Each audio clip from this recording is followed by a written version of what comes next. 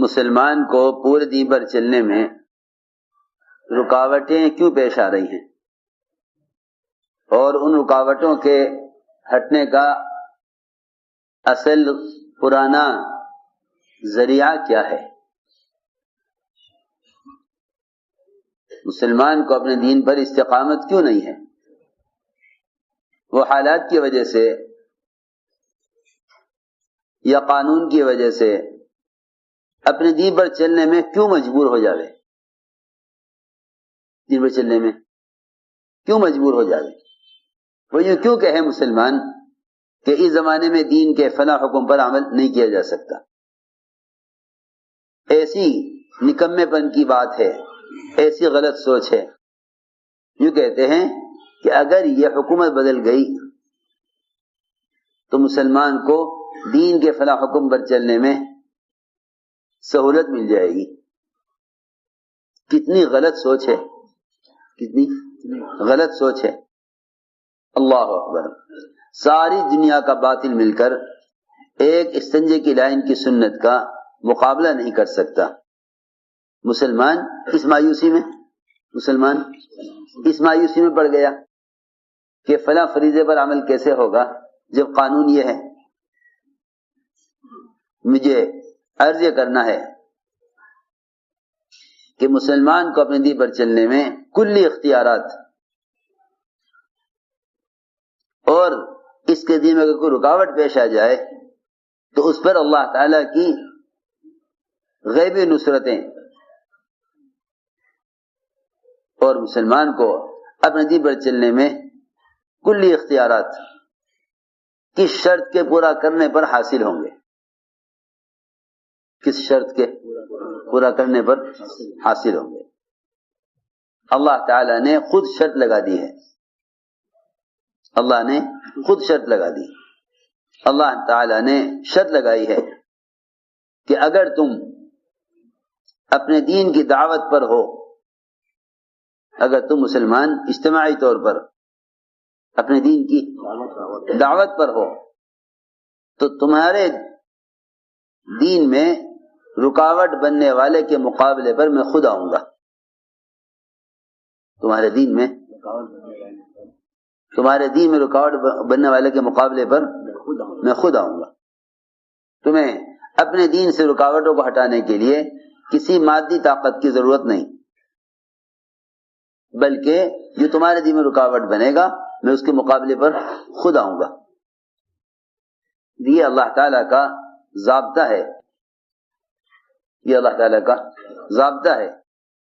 اللہ نے قرآن میں شرط کے ساتھ فرما دیا کہ اگر تم اس کے دین کی نصرت پر ہو تو وہ تمہاری نصرت پر ہے، اور وہ تمہارے قدموں کو دین پر جمانے والا ہے۔ ان تنصروا اللہ ینصرکم ویثبت اقدامکم۔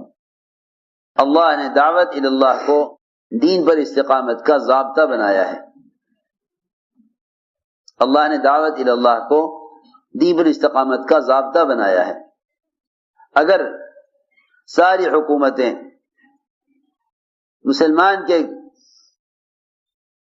دین کے کسی حکم پر چلنے میں رکاوٹیں بن جائیں اور سب کے سب ایک وقت میں مجتمع ہو جائیں،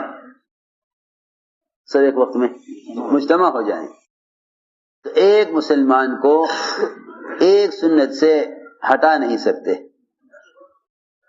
ایک مسلمان کو ایک سنت سے ہٹا نہیں سکتے۔ یہ قوت مسلمان میں اس وقت تک تھی جب تک یہ اپنے دین کو لے کر خود دعوت دیا کرتا تھا اور خود نقل و حرکت پر تھا،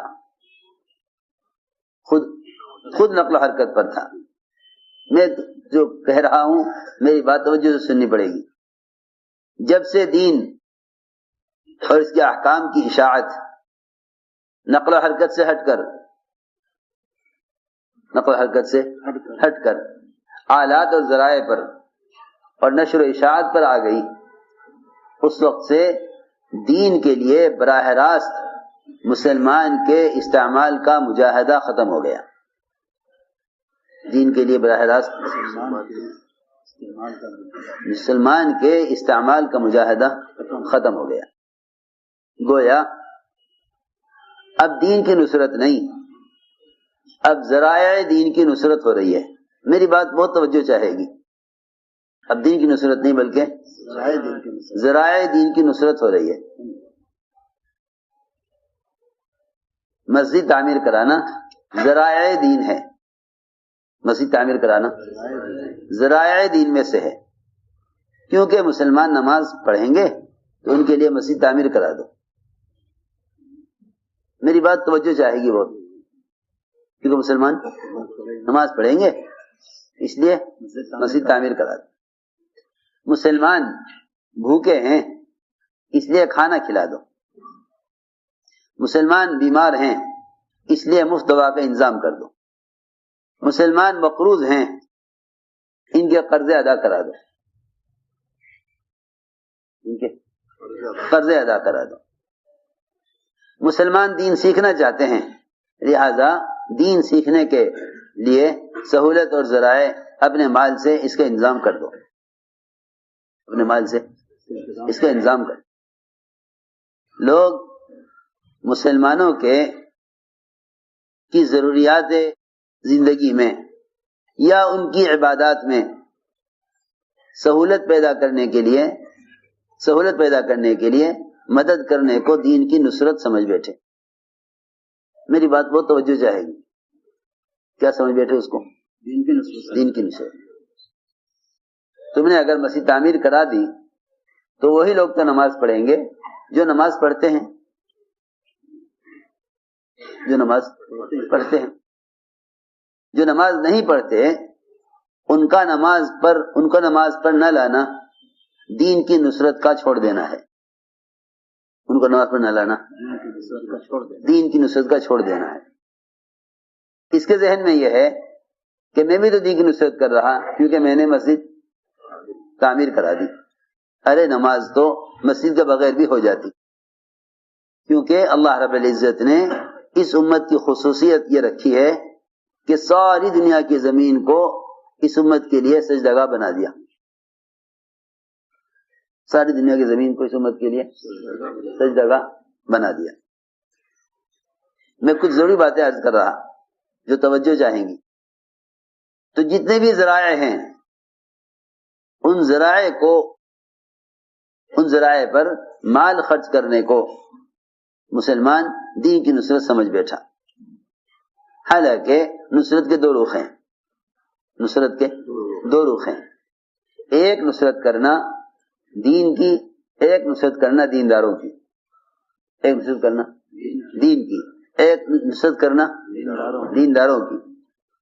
دینداروں کی نصرت غیر مسلم بھی کر دیتے ہیں. دینداروں کی نصرت غیر مسلم بھی کر دیتے ہیں. آپ میری بات توجہ سے سننا اور سمجھنے کی کوشش کرنا. آپ جانتے ہیں کسی علاقے میں سیلاب آ جائے، زلزلے آ جائیں، ٹرینیں ٹکرا جائیں تو مدد کے لیے مسلمان غیر مسلم سب مدد کے لیے آگے بڑھتے ہیں. غیر مسلم یہ نہیں دیکھتا کہ یہ زخمی مسلمان ہے یا غیر مسلم. مسلمان یہ نہیں دیکھتا کہ یہ پریشان زخمی پڑا ہوا ہے، پانی مانگ رہا ہے، یہ پانی مانگنے والا مسلمان ہے غیر مسلم. سب مل کر سب کی مدد کرتے ہیں. مسلمان کی مدد کرنے کے لیے اسلام شرط نہیں. غیر مسلم بھی بہت سے مواقع پر مسلمانوں کی مدد کر دیتے ہیں. غیر مسلم بھی بہت سے موقعوں پر مسلمان کی مدد کر دیتے ہیں. بہت سے موقعوں پر مسلمان بھی غیر مسلموں کی مدد کرتے ہیں. اس بات کو پہلے سمجھ لو کہ مال سے مدد کر دینا اسلام کی مدد نہیں ہے، وہ مسلمان کی مدد ہے. وہ مسلمان کی مدد، وہ مسلمان کی مدد ہے، اسلام کی مدد یہ نہیں ہے. کیونکہ اسلام کو قائم ہونے کے لیے ملک و مال کی ضرورت نہیں ہے. ملک و مال کی ضرورت نہیں ہے. اسلام کی کسی بھی ضرورت کا تعلق مال سے نہیں ہے. یہاں تک کہ حج جیسا فریضہ اس پر فرض ہے ہی نہیں جس کے پاس مال نہیں ہے. حج جیسا فریضہ اس شخص پر فرض ہے ہی نہیں جس کے پاس مال نہیں. زکوٰۃ جیسا فریضہ اس آدمی پر ہے ہی نہیں جس کے پاس مال نہیں. مال ہوگا تو زکوٰۃ فرض ہوگی, مال ہوگا تو حج فرض ہوگا, ورنہ یہ دونوں فریضے فرض نہیں ہیں. تو میں نے عرض کیا کہ دین کی نصرت کیا ہے. دین کی نصرت یہ ہے کہ مسلمان ایک دوسرے کو دین کی طرف آمادہ کریں. یہ دین کی نصرت ہے, یہ دین کی نصرت ہے. اس دین کی نصرت پر اللہ تعالی کی طرف سے دو وعدے ہیں کہ ایک تو ہم تمہاری مدد کریں گے تمام باطل کے مقابلے میں, اور دوسری بات یہ ہے کہ ہم تمہارے قدموں کو تمہارے دین پر جما دیں گے. تمہارے قدموں کو تمہارے دین پر جما دیں گے. اس زمانے میں لوگ خیر کے کاموں میں مال خرچ کر دینے کو دین سمجھتے ہیں. مالدار علم پر مال اگر خرچ کریں تو اس سے ان کو علم حاصل نہ ہوگا. مالدار اگر علم پر مال خرچ کریں تو اس سے ان کو علم حاصل نہ ہوگا جب تک وہ اپنی جان کو براہ راست حصول علم کا حاصل کرنے کے لیے اپنی جان کو استعمال نہیں کریں گے. کیونکہ جہل سے نکلنا بدن کو علم کے لیے استعمال کرنے پر ہے, مال خرچ کرنے سے علم حاصل نہیں ہوگا. مال خرچ کرنے سے علم حاصل نہ ہوگا. اگر کوئی یہ چاہے کہ مال سے علم خرید لے, مال سے علم خرید لے, تو یہ علم حاصل کبھی نہ ہو سکے گا. یہ سمجھنے کی بات ہے. تو میری بات کا خلاصہ یہ ہوا کہ اس زمانے میں مسلمان براہ راست تو استعمال ہو رہا ہے دنیا کے لیے, براہ راست استعمال ہو رہا ہے دنیا کے لیے. اس کی دنیا کا کمایا ہوا تھوڑا سا حصہ 5% یا بہت سے بہت 10%, وہ مال کا کمایا ہوا حصہ وہ مسلمان دین سیکھنے والے مسلمانوں کی ضرورت پر خرچ ہو رہا ہے. دین سیکھنے والے مسلمانوں کی ضرورت پر خرچ ہو رہا ہے. اتنے مسلمان علم حاصل کر رہے ہیں, ان کے لیے میں کھانے کا انتظام کرتا ہوں. اتنے مسلمان دین سیکھ رہے ہیں, میں ان کے لیے سایہ کا انتظام کرتا ہوں. صحابہ کرام نے غزوات میں جتنا مال بھی خرچ کیا, صحابہ نے غزوات میں جتنا مال بھی خرچ کیا, اس مال کے خرچ کرنے کو کبھی بھی دعوت اور نقل و حرکت کا بدل نہیں سمجھا, بلکہ مال کے خرچ کرنے کو ایک مسلمان کا حق اور اس کی ضرورت کو اپنی ضرورت تو سمجھا, لیکن مال خرچ کرنے کو اللہ کے راستے کی نقل و حرکت اور خود دین کے سیکھنے کا کبھی بدل نہیں سمجھا. میرے دوستو عزیزو, اگر سب مل کر خیر کے کاموں مال خرچ کر دیں, خیر کے کاموں میں مال خرچ کر دیں, تو جب مال خرچ کرنے والوں کے دین کے مقابلے پر کوئی قانون یا کوئی رکاوٹ آئے گی تو یہ اس رکاوٹ کا مقابلہ مال سے نہیں کر سکیں گے. رکاوٹ کا مقابلہ مال سے نہیں کر سکیں گے.